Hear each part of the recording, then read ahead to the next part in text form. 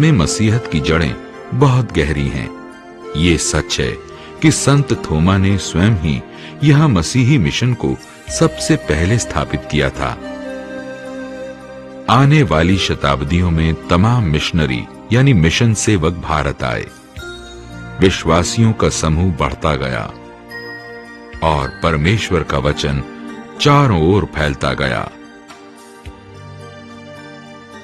कलीसियाओं की संख्या बढ़ने लगी और साथ ही वे विभिन्न डिनोमिनेशंस में बंटने लगे।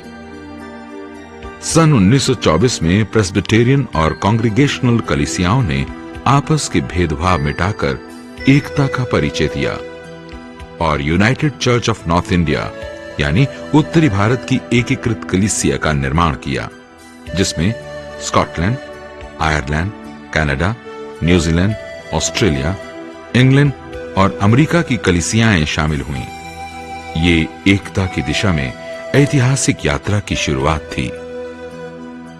समग्र यानी होलिस्टिक मिशन के बहुमूल्य उद्देश्य हैं एक कलीसिया और सबको एकजुट करने वाली कलीसिया का निर्माण करना, एक ऐसी कलीसिया जो सब लोगों को परमेश्वर की संगति और एक दूसरे को आपसी सहभागिता में लाए, भारत की एक ऐसी कलीसिया जिसका समाज के साथ एकीकरण हो गया हो, जो लोगों के दिन प्रतिदिन जीवन की यात्रा का अभिन्न अंग बन गई हो। ये जीवंत गवाही देने वाली एक ऐसी कलीसिया जिसने न केवल भक्ति से प्रेरित आराधना करने वाले समाज बल्कि सेवा के प्रति समर्पित समाज की भी संरचना की हो। एक ऐसी कलीसिया जिसका भरण पोषण उसके गहरे विश्वास और आम लोगों के संघर्ष के प्रति समर्पण द्वारा होता है।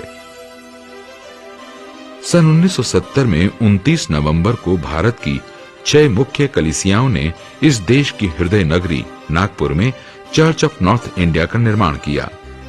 ये निम्नलिखित कलीसियाएं थीं: Council of Baptist Churches in North India, जो बैप्टिस्ट कहलाते थे; Churches of the Brethren in India, जो ब्रदरन के नाम से जाने जाते थे; डिसाइपल्स ऑफ क्राइस्ट, जो डिसाइपल्स कहलाते थे; चर्च ऑफ इंडिया, जो पहले Church of India, Pakistan, Burma और सिलोन के नाम से जाने जाते थे और जिसे एंग्लिकन्स कहा जाता था; मेथोडिस्ट चर्च, ब्रिटेन और ऑस्ट्रेलेशिया की कॉन्फ्रेंसेस, जो मेथोडिस्ट कहलाते थे; United church of northern India, Presbyterian और कांग्रीगेशनल, जो रिफॉर्म चर्च का समूह था। ये दिन एक विशेष महत्व का दिन था। 29 नवंबर कलीसियाई एकता के पहले संत अंद्रियास दिवस के रूप में मनाया जाता था।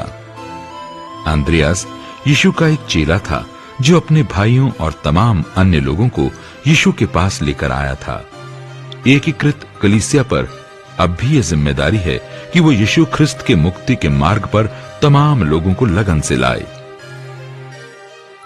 चर्च ऑफ नॉर्थ इंडिया का प्रतीक चिन्ह भारतीय माहौल और समयातीत मसीही सेवा दोनों को ही दर्शाता है।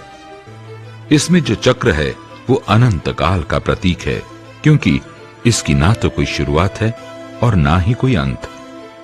इसके अंदर का क्रूज हमारे मुक्तिदाता के सर्वोच्च बलिदान को हमें लगातार याद दिलाता है, और ये भी कि वो हमारे लिए अपने जीवन का बलिदान करने सदा सर्वदा तैयार रहता है।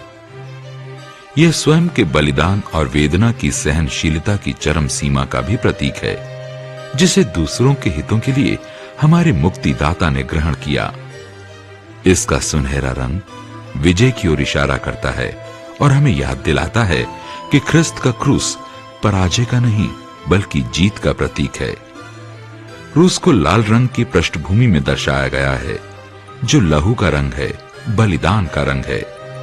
लाल रंग पवित्र आत्मा का भी प्रतीक है। क्रूस के पीछे कमल का फूल है, जो भारत देश का राष्ट्रीय पुष्प है और हर हिंदुस्तानी के दिल में समाया हुआ है। कमल पवित्रता और ऊपर उठने का भी प्रतीक है, क्योंकि ये ऊपर उठकर ही पूरा खिलता है और जिस कीचड़ भरे पानी में जन्म लेता है उससे दूषित नहीं होता। कमल के अंदर प्रभु भोज का प्याला है, जो प्रभु भोज को प्रदर्शित करता है।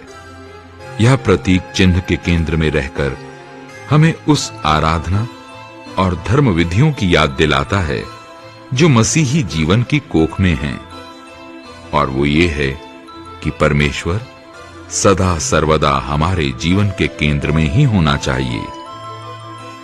एकता, गवाही और सेवा, ये 3 शब्द हमारे कलीसियाई जीवन के खास मकसद को दर्शाते हैं।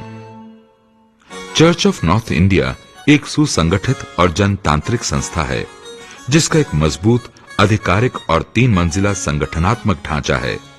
इसमें कुशल प्रशासन